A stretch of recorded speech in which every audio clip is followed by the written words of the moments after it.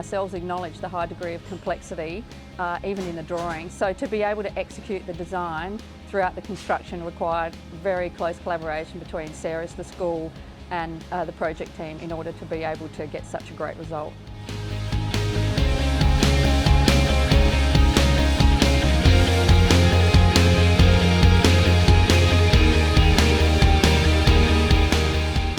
So this building has been a terrific community effort.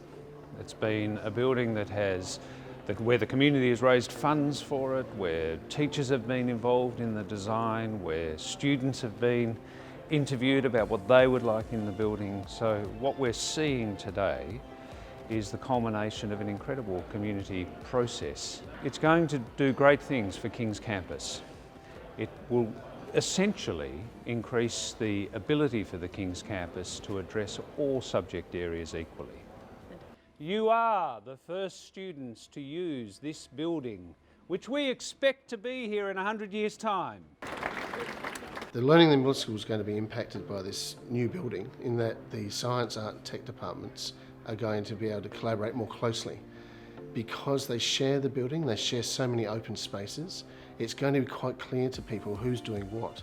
This building means that we can bring people in from the outside, industry, pop-ups, university students, research graduates, to work directly with our students, but be here on site. So whilst they'll do their work as they would normally if they were at the Tonsley Hub or at the university, they'll actually be doing much the same here, and our students will be seeing that and interacting with them.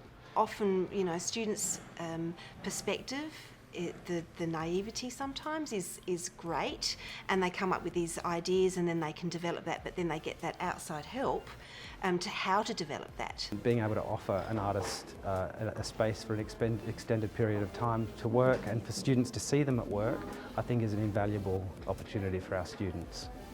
There's so much room, so much light.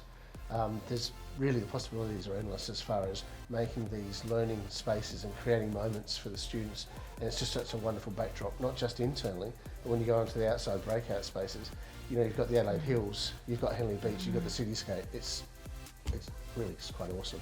It's a completely dynamic space, and it became acutely aware when I just took the students for a tour of the entire building. When you walk from one space to the next on any floor, there's not one room that's the same, and I think that heightens your senses. Clearly when you walk in, you are taken by the size and the beauty and the modern feel to the building, and I think it inspires that real sense of the future. I was really excited to finally be in the building, and the first things that I noticed were that it was really bright and really spacious. The building's architecture is really well thought out, and there are a lot of facilities for the students to use. I enjoyed the touchscreen boards in the classrooms. They make it a lot easier to display things and kind of learn them easier.